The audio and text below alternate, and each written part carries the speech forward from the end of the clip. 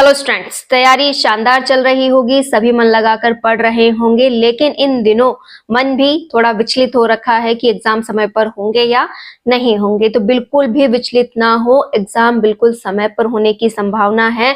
हमें हमारी तैयारी पर ध्यान देना है, बिल्कुल भी अपना ध्यान इधर उधर नहीं भटकाना है। जो चल रहा है चलने दीजिए, लेकिन फायदा केवल और केवल पढ़ने में है। जितना अच्छा हम तैयार करके अपने टॉपिक्स को रखेंगे, उतना ही अच्छा हम एग्जाम दे पाएंगे, चाहे एग्जाम कभी भी हो। जहां तक संभावना है एग्जाम समय पर ही होंगे, लेकिन अगर आप अपना ध्यान इधर उधर भटका लेते हैं तो हमारी तैयारी कमजोर हो सकती है, लॉस हमें देखना पड़ सकता है। तो बिल्कुल भी अपने ध्यान को विचलित ना होने दें।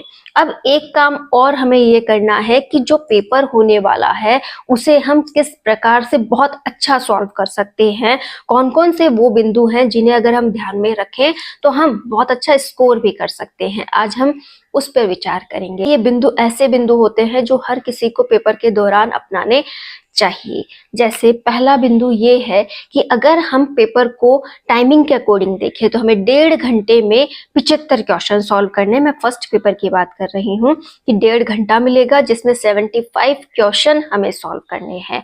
इस अनुसार अगर हमने देखा तो हमें 90 मिनट का समय मिला है। तो 90 मिनट में हमें पानी वगैरह की या किसी भी चीज की रिक्वायरमेंट नहीं होती है।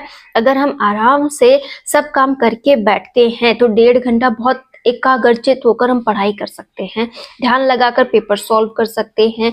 तो आज से ही आपको रेगुलर 1.5 घंटा बैठने की प्रैक्टिस करनी है कि हाँ, बिना ध्यान भटकाए मैं 1.5 घंटे रोज सिटिंग देने वाली हूँ। कि हाँ, बस ये टाइम हो गया है, 9 बजे पेपर स्टार्ट है, 9 से लेकर 10:30 बजे तक मुझे अपनी टेबल चेयर या यहाँ जहाँ कहीं पे भी मैं पढ़ाई करती हूँ वहां पर मुझे बैठना है। ये वो काम होगा जो आपकी पेपर में मदद करेगा, क्योंकि वहां पर ध्यान भटकता है कि कौन क्या कर रहा है, अरे किसने कितने क्वेश्चंस, अरे देख वो ध्यान लगाकर बैठा है, उसने सारे क्वेश्चन सॉल्व कर लिए होंगे, उसकी एक्टिविटी, उस टीचर की एक्टिविटी, मुझे उन सबसे कोई मतलब नहीं है।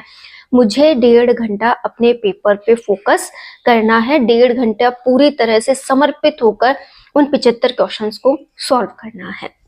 पहला काम तो आप ये करें कि आज से ही 1.5 घंटा आपको रेगुलर बैठ के एक सिटिंग देनी है, जिससे कि पेपर में 1.5 घंटा आप आराम से बैठकर पेपर सॉल्व कर सकें।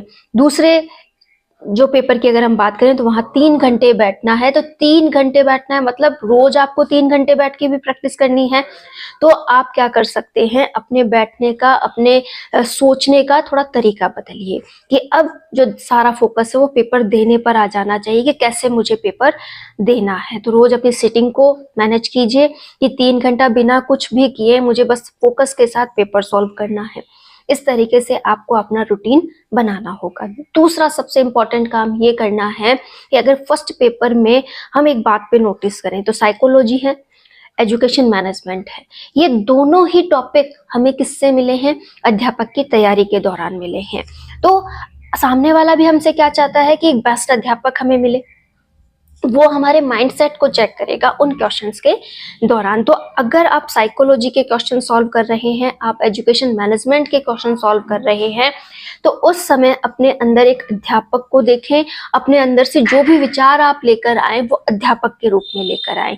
दूसरा, आपको अपने अंदर ही एक स्टूडेंट को लाना होगा, दोनों का कम्युनिकेशन स्थापित करते हुए आपको जवाब देना होगा। कई बार ऐसे क्वेश्चंस होते हैं जब हमसे पूछा जाता है कि कौन सा पक्ष में है और कौन सा विपक्ष में है, कौन सा होगा या कौन सा नहीं होगा, कौन सा कथन सही है, कौन सा कारण सही है। यहाँ पर ये ट्रिक्स काम में आती हैं कि हम पूरी तरह से समर्पित होकर एक अध्यापक बन के कौन कौन से अच्छे काम कर सकते हैं उनके बारे में ये पूछ रहा है। या फिर एक स्टूडेंट होता तो वो कैसे अध्यापक के साथ कम्युनिकेट होते हुए तैयारी करता, वो किस तरीके से अपने अध्यापक से सीखता, कैसे अपने अध्यापक से क्वेश्चंस पूछता। मतलब आपको दोनों का विचार रखते हुए पेपर सॉल्व करना है, ठीक है। तो आपको ये सब बातें ध्यान में रखनी होगी। इसके अलावा एक पॉइंट और इम्पोर्टेंट है, 2 पॉइंट इम्पोर्टेंट हो चुके हैं हमारे, इन बातों को तो आपको ध्यान में रखना ही है।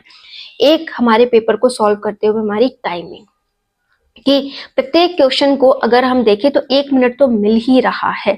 अगर आप थ्योरेटिकल क्वेश्चन को 1 मिनट से पहले सॉल्व कर लेते हैं तो आप मैथमेटिक्स को, इंग्लिश को, इन्हें सॉल्व करते हुए अधिक समय ले सकते हैं। तो इस प्रकार से आपको आपके पेपर का टाइमिंग भी मैनेज करना है। और ये कैसे होगा, आप जो मॉडल पेपर्स सॉल्व कर रहे हैं, देखो टेस्ट सीरीज का मैं नहीं कह रही, जो भी आपके पास मॉडल पेपर्स हैं या फिर पुराने पेपर्स आपने खरीदे हैं, उनकी आपको इस प्रकार से प्रैक्टिस करनी है कि वो 1.5 घंटे में सॉल्व हो, अच्छे से आपको उनके जवाब आ रहे हों, कैसे आप उन्हें मैनेज कर पा रहे हैं, ये बातें आपको देखनी है। हाँ, यहाँ पर नेगेटिव मार्किंग है, हम तुक्केबाजी नहीं कर सकते, लेकिन हमें यहाँ पर 40% लाना अनिवार्य है। अब कई बार ये होता है कि हमने जो तैयारी की उससे कई बार क्वेश्चन नहीं आ रहे हैं, हमने जैसे तैसे करके अपनी तैयारी के अकॉर्डिंग 30 तक क्वेश्चन ठीक ठाक कर भी लिए, अब हमें 5-6 क्वेश्चंस और सॉल्व करने हैं।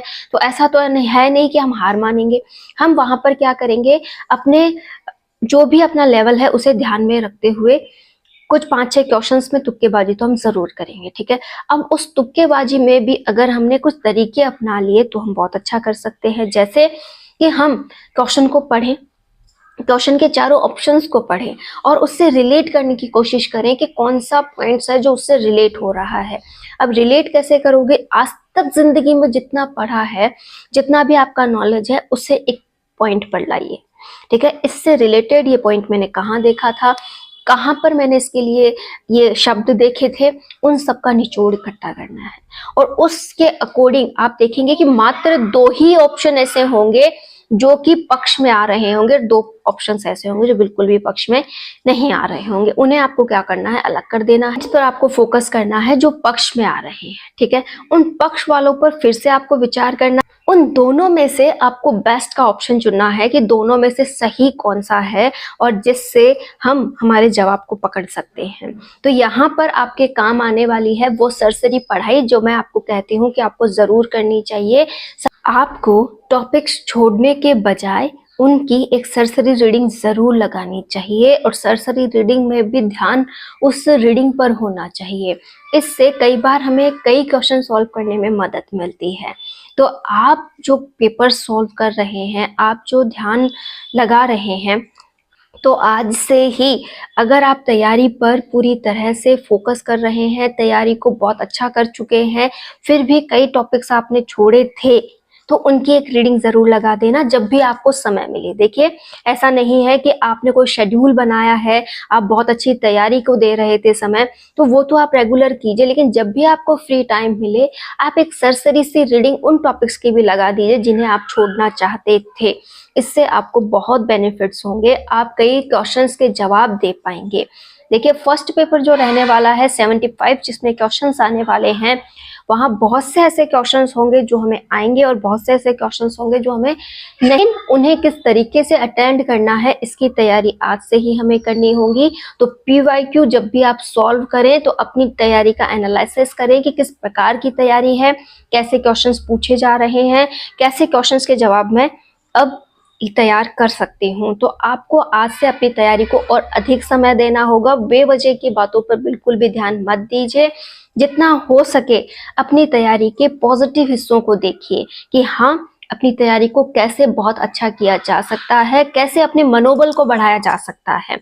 देखिए, हमारा जो मनोबल है वही हमें वहां पर जीत दिलवाने वाला है। तो अपने अंदर बिल्कुल भी नेगेटिविटी मत आने दीजिए कि तैयारी इतनी ही हुई है, मैं कैसे पेपर दूं या फिर मुझे क्या करना चाहिए। आप कुछ मत सोचिए, बस ये सोचिए कि जो भी समय मिला है, जितना भी मैं कर सकूं बहुत अच्छा करूंगी।